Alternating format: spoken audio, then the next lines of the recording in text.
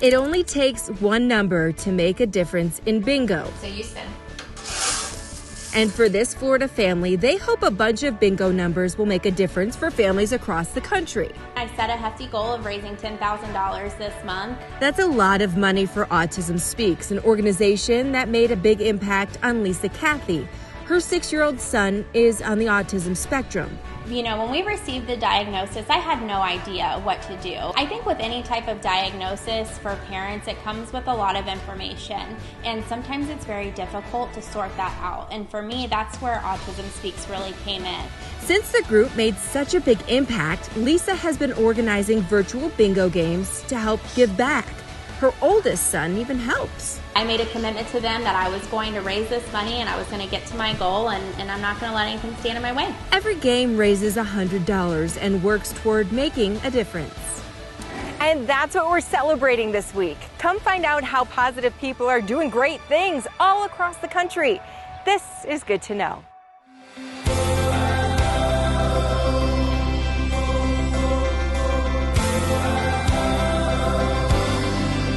It was the most amazing thing that's ever happened to me, and I've done a lot of things and I've been a lot of places.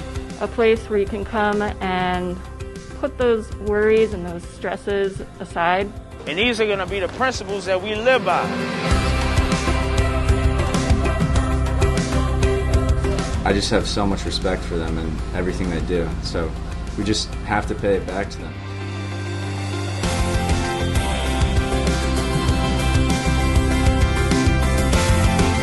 It is telling us to listen, learn, and we now need to act. And the way we got to get through this is all of us together.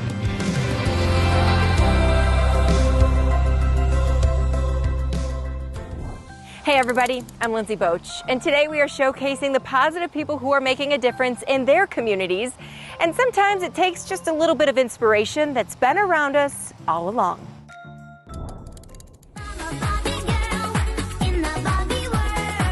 The Barbie doll has been around for decades and changed quite a bit over the years. Well, Tonya Ruiz gives Barbie a dose of 2020 reality. I had seen a couple of people did like Barbies with a mask on and were saying Barbie's in quarantine. And I started thinking, well, if I was a Barbie in quarantine, I'd have the snacks and the, And just like that, the Quarantine Barbie collection was born. This was the first doll I made, and I called her the Quarantine Starter Pack. Tonya armed Barbie with snacks, whiskey, disinfectant wipes, and the ever-so-precious roll of toilet paper. Then came a host of Barbies everyone could relate to now, like binge-watching Barbie, new hobby Barbie, Zoom Ken, and the quarreling couple Barbie and Ken. Then I did the homeschool Barbie because my daughter was saying, oh my gosh, these kids are in the house and the little one's permanently attached to my leg and all this homeschooling. So I said, that's funny. Followed by, what day is it, Barbie? And the one that got everyone's attention, what time is it, Barbie? I sent it to my daughter first and I go, is this even funny? And she goes, oh, that's funny. I'm like, really? Because is that like, I painted these dark circles. Can you tell? And she's like, no, Mom, post it. It's funny. It went viral. Tonya has a complicated relationship with Barbie. I got my first Barbie on my 3rd birthday. I grew up playing with Barbie. She was in my house. We had a lot of dolls in my house. The doll inspired Tonya to aspire to become a model, and her dream came true. She worked in Paris as a teenager, gracing magazine covers and even a Christian Dior ad. But after a few years, she quit modeling, got married, and has kids, including 2 daughters. Tonya struggled with body image issues as a young woman and during her career, and wanted to protect her girls from a similar fate. I encouraged them to play with dolls. They had Cabbage Patch, they had American Girls. I really didn't want Barbies. Tonya became a Christian and wrote a book about her life and career, which led to speaking events where she used Barbie dolls as props. When I would travel around and speak, I had some Barbies that I would use as bad examples of, ladies, you do not want this Barbie in your house. Tonya boxed everything up after she stopped speaking about 10 years ago to care for her husband. But then her granddaughters found her stash of old Barbies. And they wanted to play with them, and I'm thinking, no, because it's the same thing all over again. And I told the grandkids, Mattel has made some new Barbies. I've seen the ads. Let's go find some that are a better representation of our family. And they found them, one for every single member of their family. And so I bought all kinds of little furniture. My husband made some stuff. We bought all kinds of miniatures. And the girls started photographing our Barbies and putting them on Instagram. And we got a following.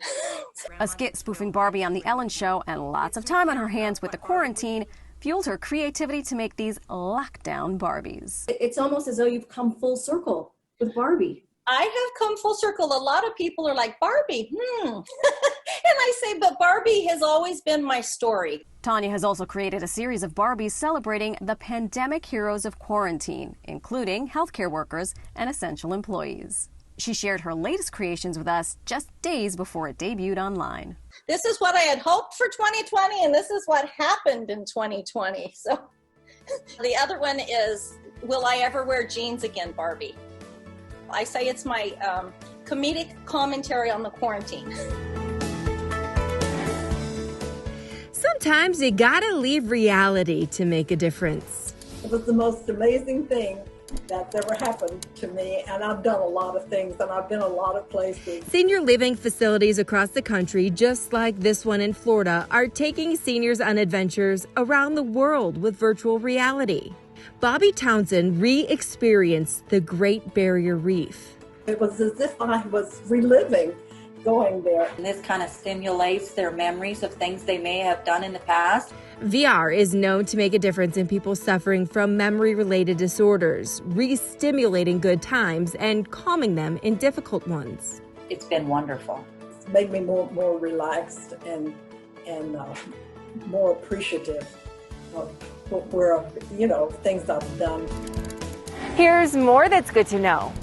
89-year-old Jen Gakowski and her friend Jennifer are touching, feeling, zippering, and buttoning activity mats for Alzheimer's patients. And then a lot of them have pockets. Jen got the idea to make the mats while perusing the internet at her home at St. Camillus Independent Living Center in Wauwatosa. I had never heard of them, and they were so interesting, so I kept looking. Jen likes doing crafts. A friend of hers had given her a placemat, hoping she could turn it into something. Then it clicked. Jen could make an activity mat for people with Alzheimer's and dementia. And my second thought was, well, why would I send it away when we've got our own memory care unit right in my own backyard? The St. Camillus campus has a memory care unit steps away from the Independent Living Center, so patients there can use the mats lovingly sewn by Jen and her friends. We use the mats as part of our sensory stimulation program. Bridget McNair is the Research and Life Enrichment Director at St. Camillus. Sometimes it's hard to communicate with someone who can't verbalize their thoughts or emotions. It works well with those individuals who might, like I said, need an opportunity to use their hands or be able to connect with something that they don't have to really think through a thought process, and it helps them engage with others and their loved one. Each mat is hand-stitched with different kinds of activities. It just depends on what scraps Jen and her friends have on hand. You just have to scout around because there's a bunch of variety of things. It takes a while to do them. A thoughtful, handmade gift for a stranger who might not be able to put their own thoughts into words. We are so thankful for their thoughtfulness and for them reaching out to us and taking the time to use their talents and create something that we could really benefit from. I'm humbled that there is a help to the patients. That's really the bottom line. We've got more positive vibes on tap, including a woman who's brewing up justice. It's good to know.